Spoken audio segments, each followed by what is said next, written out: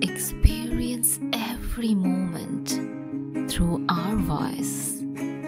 গল্পে খুঁজে পাবে ভালোবাসার স্পর্শ। ইউসুফ ভাই তখন টেবিলে বসে কি যেন লিখছিল। আমি উকিঝুঁকি দিয়ে দেখার চেষ্টা করতেই ইউসুফ ভাই তার বিলাই চোখ রাঙালেন। আমি ভয়ে গুটিয়ে গেলাম। কিছু বলবো তার আগে এক ধমকে আত্মা কেঁপে উঠল। এক চর মারবো বেয়াদব, কি দেখতে চাচ্ছিস তুই? আমি ভয়ে থরথর করে কাঁপছি। মুখে কিছু বলবো সেই সাহসটুকুও ছিল না। আমাকে চুপ থাকতে দেখে ইউসুফ ভাই আবার বললেন, এই তুই আমার রুমে কি করিস? তুই কি আদব কাদা কিছু জানিস না? কারো ঘরে গেলে যে নক করে যেতে হয় সেই আদব কাদা কিচ্ছু শিখিস নাই? বলেই আমার কান মলে দিলেন।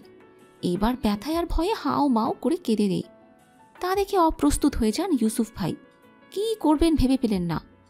আমার কান না থামাবার অনেক চেষ্টা করলেন, কিন্তু পারলেন না। আশা ছেড়ে বসে রইলেন। কিছুক্ষণ পরে উঠে গিয়ে ওনার ক্লজেট থেকে কিছু চকলেট এনে ধরিয়ে দিতেই আমি চুপ। কাঁদো কাঁদো মুখে তাকিয়ে রইলাম ইউসুফ ভাইয়ের দিকে। ভাইয়া নরম কণ্ঠে শুধালেন, তোর জন্য। কিন্তু তখন আমি চুপ। তা দেখে যেন উনি আরও ক্ষেপে গেলেন। ধমকে উঠে বললেন, এভাবে কি দেখছিস? গিলবি নাকি আমায়? আমি তখন দ্বিগুণ জুড়ে কান্না শুরু করে দিলাম এবং ইউসুফ ভাইয়ের দেওয়া সব চকলেট নিয়ে দৌড়ে পালিয়ে গেলাম। পিছনে ইউসুফ ভাই কি ভাবছেন না ভাবছেন তা দেখার সময় কই। নিজে বাঁচলে বাপের নাম। তবে সেদিন ইউসুফ ভাইয়ের টেবিলে কাঠের একটা ডায়েরি দেখেছিলাম। সেখানে সুন্দর করে খোদাই করা ডায়েরি।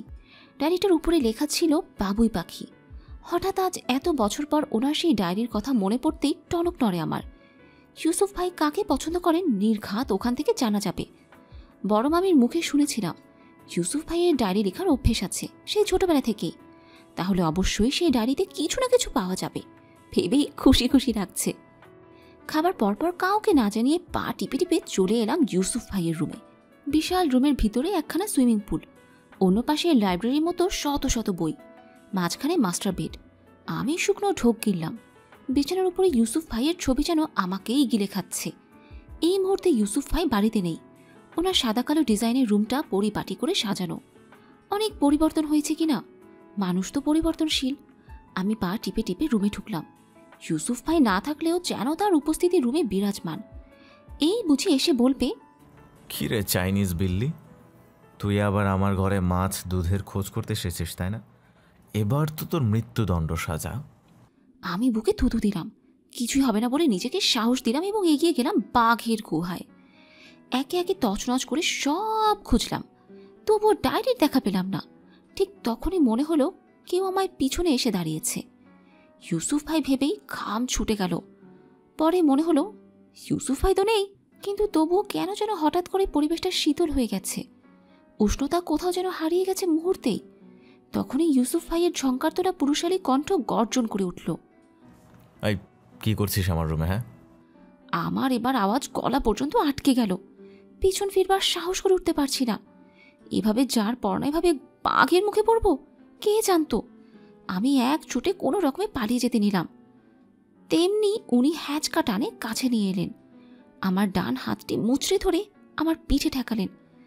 দাঁত কচকচিয়ে বলে উঠলেন, দিন দিন পা বড্ড নড়ছে তোর। ডিরেক্ট আমার ঘরেই ডাকাতি কেন? তোর বাড়িতে তোর বাপ এসব শিখিয়েছে? ইউসুফ ভাইয়ের হিংস্রভাবে ধরায় আমি ব্যথায় মরে যাচ্ছি। তার উপর তার তীক্ষ্ণ কথাবান আমার মনটা ক্ষুণ্ণ করে দিচ্ছে। আমি বললাম, আমার বাবা আপনার থেকে যথেষ্ট ভালো আছে। তা শুনে ওনার মাঝে কোনো হেলদোল হলো না। উল্টো একই কণ্ঠে বলল, হ্যাঁ তা তো হবেই, তবে মেয়েটা তো আর মানুষ করতে পারলো না। নয়তো এক এক করে 13 বার বিয়ের পিঁড়ি থেকে পালায়। হ্যাঁ, আমি হলে একদম ঠ্যাং ভেঙে ঘরে বসিয়ে দিতাম। আমার এবার কান্না পাচ্ছে। এই লোকের সাথে ঝগড়ায় কখনো পারবো না আমি। তবুও বললাম, আপনার বাপ মাও তো ভালো, আপনি কেন এমন খাটাস? ইউসুফ ভাই আমার কথায় আরো চেপে ধরলেন। এক পর্যায়ে ঝুঁকে এলেন আমার দিকে। রক্তিম নয়নে আঙুল তুলে শানিত তরবারির মতো আমার গলায় ইশারা করে বললেন, হ্যাঁ আমি খাটাস, তবে তোর মতো মেয়েদের গলায় হাতে পায়ে পরপুরুষের কোনো চিহ্ন নিয়ে ঘুরি না। আমি হতভম্ব। ইউসুফ ভাইয়ার কথায় তীব্র ভৎসনা ছুড়ে দিয়ে দৌড়ে চলে গেলাম নিজ রুমে কাঁদতে কাঁদতে। আমার রুমে এসে দরজা লাগিয়ে হু হু করে কেঁদে উঠলাম। আয়নার সামনে গিয়ে নিজে গ্রীবাদেশ ওড়না থেকে মুক্ত করতেই থম মেরে গেলাম। স্বপ্নে দেখা দাগটি এখন স্পষ্ট, কিন্তু সকাল পর্যন্ত তো ছিল না, তাহলে এখন কিভাবে দেখা যাচ্ছে ভেবেই আরও কান্না পেল। সব রেখে ওই বদমাস লোকটার সামনে এভাবে হেনস্থা হতে হলো। আমি কেঁদে কুটে নাকের পানি চোখের পানি এক করে ফেললাম। কান্নার এক পর্যায়ে আমার ধ্যান ভাঙে ফোনের রিংটোনে। কান্নার ফলে চোখে এখন খোলা দেখছি। এই মুহূর্তে ইউসুফ নামক মানুষটিকে খুন করে ফেলতে ইচ্ছে করছে। তবুও নিজেকে সামলে ফোনটা রিসিভ করতেই ওপাশ থেকে ভেসে এলো, জান কেমন আছো? কিছুক্ষণ থম মেরে রইলাম। কানে যা শুনলাম ঠিক তো? কেউ আমাকে জান ফান ডেকে উল্টাই ফেলতেছে, অথচ তাকে আমি চিনতেই পারছি না। অপরিচিত কণ্ঠটি কার বুঝতে চেষ্টা করে বৃথা হলাম। চোখের কোণের জলটুকু মুছে নিলাম। এলোমেলো অবাধ্য চুলগুলো গুজে নিলাম কানের পেছনে। কপালে এখন সরু চিন্তার ভাঁজ। কান্না করার ফলে ফুলে যাওয়া চোখের আভা লাল। তার উপর বিরক্তিময় এক ডাক, জান। কে এই ব্যক্তি? আমি নিজের গলা ছেড়ে বললাম, আপনি কে ভাই? বলা নাই কমা নেই হুট করে জান ডাকতে শুরু করেছেন। আজকাল বুঝি যাকে তাকে জানফান বলার ট্যাক্স দিচ্ছে সরকার? আগে নাম্বারটা চেক করুন, তারপর না হয় জানফানকে ফোন দিন। যত সব আজব পাবলিক আমার কপালেই। বলে ঘটাঘট ফোনটা কেটে দিলাম। পরক্ষণে আবারও গগন বিদারে চিৎকার করে বেজে উঠল ফোন। একই নাম্বার থেকে ফোন দেখে মেজাজ আবার তুঙ্গে উঠে গেল। ফাজলামোর একটা লিমিট থাকা প্রয়োজন। আমি এক গাদা গালি ছুড়ে দিবার মনোভাব নিয়ে ফোন তুলতেই ওপাশ থেকে বলে উঠল, জান আমি তোমার সব থেকে বড় আশিক। তুমি আমাকে চেনো না, তবে আমার স্বপ্ন তুমি।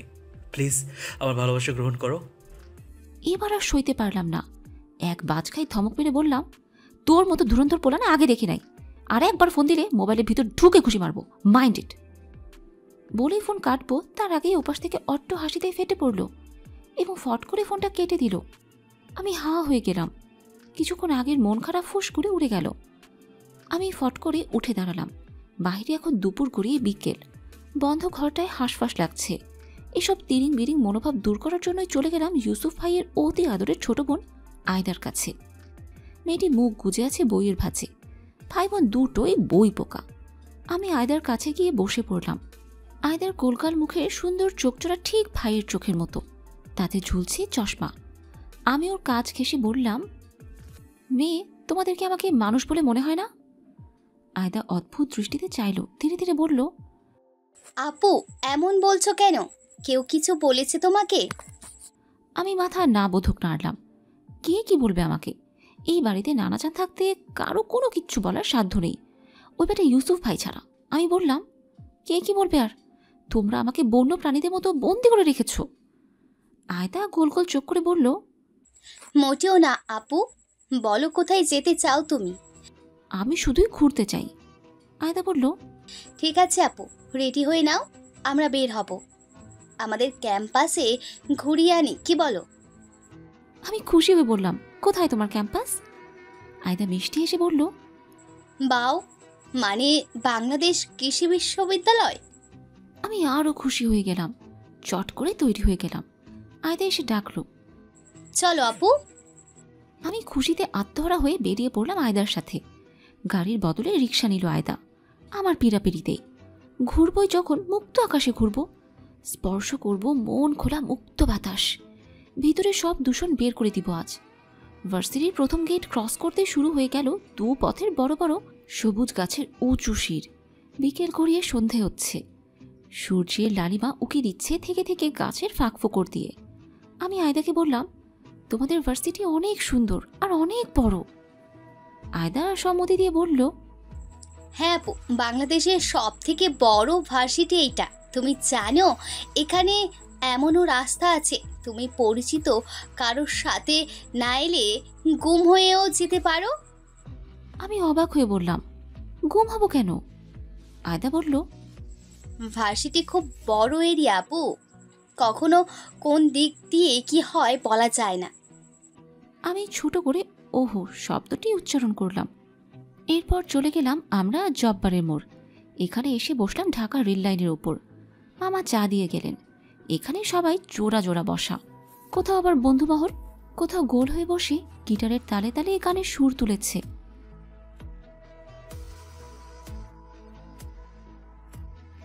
আমি চায়ে চুমুক দিয়ে আশেপাশের পরিবেশ উপভোগ করতে লাগলাম। ঠিক তখনই আয়দার ফোন বেজে উঠল। আয়দা ফোন দেখে হন্তদন্ত হয়ে বলল, নানাজান ফোন করেছে আপু। আমার মুখ ফ্যাকাশে হয়ে গেল। আমি বললাম, রিসিভ করতে হবে না, আমরা তো চলে যাব কিছুক্ষণ পর, বাসায় তো বলে এসেছি তাই না? ঠিক আছে। বলে আয়দা ফোনটা রেখে দিল। মাগরিবের আজান দিচ্ছে। তখনই ঢাকা রেল লাইনে ট্রেন আসার সময় হয়ে যাওয়াতে একে একে উঠে পড়ল। আমি আর আয়দা উঠে পড়লাম। ট্রেনটা সাই করে চলে গেল ঝনঝন শব্দ তুলে। আয়দা কিছু বন্ধু বান্ধবও যোগ হয়েছে আমাদের সাথে। আয়দার খুব নামডাক, হবে নাই বা কেন? যার ভাই এত বড় নেতা, তার বোন অবশ্যই ছোটোখাটো কোনো পদে নয়। আয়দা তার বন্ধু মহলের মধ্যমণি। মনে পড়ে গেল আমার বিদেশি বন্ধু মহলের কথা। মনটা খারাপ হয়ে গেল হুট করেই। কতদিন ওদের সাথে কথা হয় না, দেখা হয় না, আগের মতো হই হুল্লোড়ও হয় না, সব কিছুই বিয়ে বিয়ে করে। আমি দীর্ঘশ্বাস ছাড়লাম। চারিদিকে অন্ধকার ছড়িয়ে পড়েছে। আয়দা মশগুল ওর বন্ধু বান্ধবের সাথে, আর আমি তাদের কিছু ছবি ক্যামেরায় ধারণ করলাম স্মৃতি হিসেবে। দেখা যাবে এখান থেকে না কবে পালিয়ে যাই আবার, ভেবেই হেসে ফেললাম। কিন্তু আমাদের হাসি খুশি মুহূর্তটা হুট করে সন্ধ্যার কালো ছায়ার মতো নেমে এলো ইউসুফ ভাইয়ের ফোন।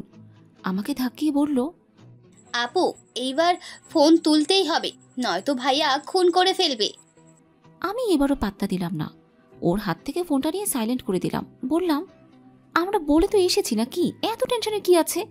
তুমিও তো যথেষ্ট বড় হয়েছ, এত টেনশনে কি আছে? হ্যাঁ? আয়দা শুকনো ঢোক গিলল, ঠোঁট দুটি জিপা দিয়ে ভিজিয়ে বলল, আমাকে নিয়ে না আপু, তোমাকে নিয়ে টেনশন করছে। আমি এবার ভ্যাপা চেকা খেয়ে গেলাম। ক্যাবলাকান্তের মতো হেসে বললাম, আমাকে নিয়ে ভয় পাবার কি আছে? আমি তো আর ভেগে যাচ্ছি না। আয়দা তাকিয়ে রইল।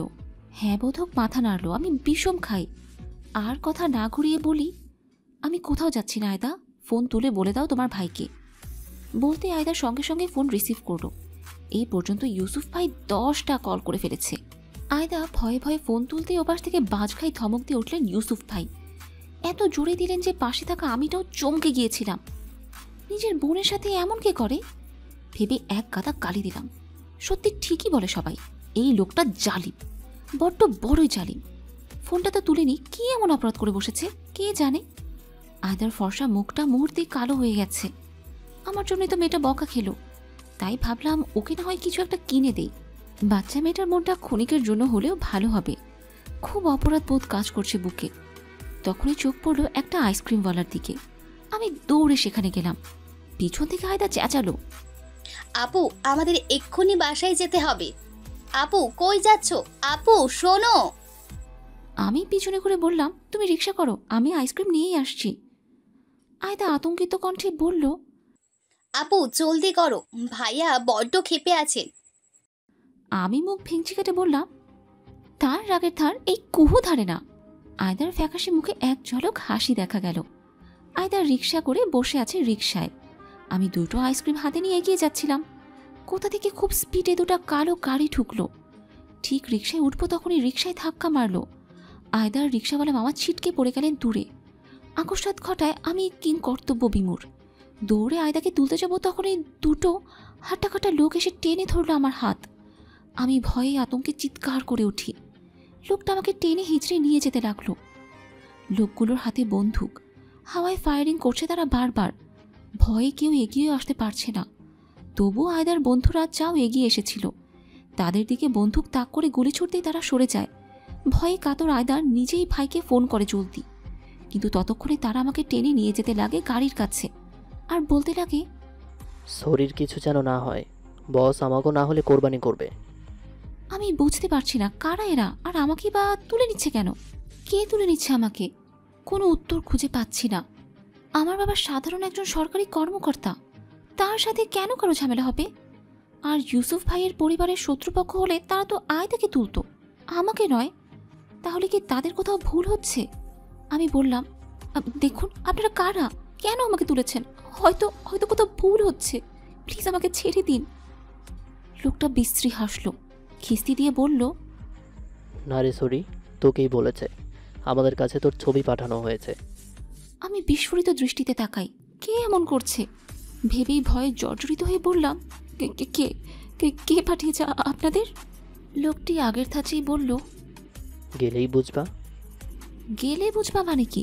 আমি মোটেও ওদের সাথে যাব না। তাই নিজের সর্বশক্তি প্রয়োগ করে লোকটির নিম্নাঙ্গে কষে লাথি বসাই। অন্য লোকটি ধরতে এলে লোকটির দিকে বালু ছুঁড়ে মারি এবং ছুটে চলে যাই আয়দার কাছে। আয়দাকে কোনো রকম উঠিয়ে বললাম রিক্সাওয়ালার উদ্দেশ্যে, মামা যেতে পারবেন আপনি, জলদি চলুন তাহলে। রিক্সাওয়ালা মামা আমাদের নিয়ে এক ছুট চলাতে লাগলেন তার সাবারি। আয়দার সফেদ দেহে দাগ পড়ে গেছে, বড্ড অপরাধ বোধ কাজ করছে। সবাই নিশ্চয়ই আমাকে এর জন্য দায়ী করবে ভাবতেই বিতৃষ্ণায় ভরে গেল মন। আমি আয়দাকে কিছু বলবো, তার আগে আবারও ইউসুফ ভাইয়ের ফোন এলো। আয়দা দুলতে জিজ্ঞেস করলো থমথমে কণ্ঠে, কই এখন তোরা? আয়দা কোনো রকম বলল, ফার্স্ট গেট। ফোন কেটে গেল। আমি বললাম, আয়দা আম সরি। আয়দা কিছু বলল না। বুঝতে পারছি সে কান্না করছে। আমি নিজেও কত বড় বিপদে পড়তে নিয়েছিলাম। এতক্ষণে আমার মৃতদেহ হয়তো পাওয়া যেত কোথাও। আমি তখনের কথা ভেবে শিউরে উঠি। সামনের দিকে ঝুঁকে পড়লাম। তাকিয়ে দেখি ইউসুফ ভাইয়ের গাড়ি দাঁড় করিয়েছে মুখোমুখি। শক্তপোক্ত চোয়াল থমথমে, মাথার চুলগুলো এলোমেলো, গায়ে সাদা পাঞ্জাবিটাও কুঁচকে আছে। বোঝাই যাচ্ছে খবর পেয়ে দৌড়ে এসেছেন। ক্ষেপে আছেন খুব, রক্তিম নয়নে তাকিয়ে আছেন আমাদের দিকে। উনি মধ্য রাস্তায় গাড়ি দাঁড় করিয়ে নেমে এলেন আমাদের দিকে। আমি কিছু বলবো তার আগে টেনে নামালেন আমাকে এবং ঠাটিয়ে একটা চড় বসালেন আমার গালে। আমি আকস্মাৎ থাপ্পড় খেয়ে মাটিতে পড়ে গেলাম। ঠোঁট কেটে বেরিয়ে এলো রক্ত। আমি গালে হাত দিয়ে তাকিয়ে আছি তার দিকে। উনি কেন মারলো আমাকে বুঝতে পারছি না। পাশেই থরথর করে কাঁপছে। আমি কিছু বলবো তার আগে টেনে তুলে আবার ঠাস করে থাপ্পড় লাগালেন। তার হাতে জোরে এবার মাথায় ঘুরে উঠল আমার। সব কিছু চোখের সামনে ঘোলাটে হয়ে গেল। ইউসুফ ভাইয়ের এমন রূপ আর চাহনিতে সেখানেই হুঁশ হারাবো তার আগেই শুনতে পেলাম তার তীক্ষ্ণ বাক্যগুলো। বুক চিরে গেল সঙ্গে সঙ্গে। ইউসুফ ভাইয়ের এমন রূপ আর চাহনিতে সেখানেই হুঁশ হারাই। ঘন কালো মেঘের ন্যায় আকাশে ঘুরঘুর করা পাখিরা হঠাৎ যেমন করে ঝড়ের কবলে পড়ে যায়, আমার এখন ঠিক সেই হাল। থমথমে পরিবেশ। রাতের আধারে ছিচি পোকার ডাক ভেসে আসছে বাগানের ঝোপটা থেকে। কিছুক্ষণের মাঝে হয়তো নেমে আসবে হুড়মুড় করে বৃষ্টি। বাজ পড়ল হঠাৎ, গগন বিদারী আর্তনাদ আকাশের বুকে। সশব্দে হুঁশ ফিরে এলো আমার। নিজেকে ঘরের মাঝে দেখে কিছুটা স্বস্তি বোধ করলাম। এক পর্যায়ে মনে হলো খুব খারাপ একটা স্বপ্ন দেখেছি। কি বাজে সেই স্বপ্ন! একদল গুন্ডা ধাওয়া করছে আমাকে। আমি দৌড়ে যাচ্ছি, প্রাণপণ বাঁচার চেষ্টা করছি। বেচারা আয়দাও ছিল সেই স্বপ্নে ঘিরে। বাদ যায়নি রকচটা ইউসুফ ভাইয়াও। রণমূর্তি ধারণ করে ঠাটিয়ে বসেছিল এক চর। আমি সন্তর্পণে শ্বাস লুকিয়ে ফেললাম। গলাটা যেন এখনো জ্বালা করছে টন টন করে। আমি পিটপিট চোখে আশেপাশে দেখতেই ভ্রুজোড়া কুঞ্চিত হলো। আমার ঘরে নিয়ন আলো জ্বলছে। বাইরের ঝুমঝুম বৃষ্টির শব্দ কর্ণপাত হচ্ছে। বন্ধ জানালার স্বচ্ছ কাঁচ ভেদ করে ভেসে আসছে থেকে থেকে বিদ্যুৎ চমকানোর আলো। আমার মাথায় চিন্তার ভাঁজ পড়ল। আমার ঘরের ছোট্ট সোফাটায় বসে আছেন কেউ, যার পরনে সাদা পাঞ্জাবি। কে এই ব্যক্তি? পায়ের উপর পা তুলে বসে আছেন তিনি, যেন কোথাকার কোন লাট সাহেব। লম্বা হাত পাগুলো ছাড়া দৃশ্যমান শুধু হাতের লিকলিকে সিগারেটের আগুন। এই রাতে মধ্যাহ্নে কে হতে পারে ভেবেই আমার বুক দুরু দুরু করতে লাগলো। চোর টোর নয় তো? অথবা জিনভূতের কাহিনী? মনোরমা এখানে আসার পর থেকে আমাকে অনেক জিনভূতের গল্প বলেছে। আমি শুকনো ঢোক গিললাম। ভয়ে জর্জরিত কণ্ঠে বললাম, কে কে কে আপনি? এই রাতের বেলা কোনো মেয়ের রুমে আসতে লজ্জা করলো না? লোকটি এবার হেলে দুলে বসল। হাতের সিগারেটটা ফেলে দিল মাটিতে। লম্বা পা দ্বারা পিষে ফেলল মাটিতে। আমি কিছুতেই বুঝতে পারলাম না এই অবয়বের হাব ভাব। আমি গলা চওড়া করে বললাম, কথা বলছেন না কেন বোবা? লোকটি এবার উঠে এলো। নিয়ন আলো মুখে পড়তেই আমি আঁতকে উঠলাম। মৃদু চিৎকার করে বললাম, ইউসুফ ভাই! উনি উত্তর দিলেন না। তার ভাবমূর্তি ইতিবাচক মনে হচ্ছে না। এই মুহূর্তে তাকে রাক্ষসের রক্তচোষার রাজা মনে হচ্ছে। তার রক্তিম বিলাই চোখচোরা চলচল করছে। ওনার ঠান্ডা চাহনি আমার ভিতরের উষ্ণতা শীতল করে দিচ্ছে। তিনি দৈপাত মুখোমুখি হতেই আমি ভয়ে একদম ছিটকে সরে গেলাম। ইউসুফ ভাই খেকিয়ে উঠলেন, এই ব্যাঙের মতো লাফালাফি করছিস কেন? আমি হতভম্ব। এই লোক এমন লুক নিয়ে দেখছে যেন এই বুঝি টুপ করে পানি ছাড়াই গিলে খাবে। আর বলছে লাফালাফি কেন করছি, তাও ব্যাঙের মতো। আমি গোল গোল চোখে তাকিয়ে রইলাম। বললাম, আপনি আমার ঘরে কি করে? একজন মেয়ের ঘরে পরপুরুষ দেখলে মানুষ কি বলবে?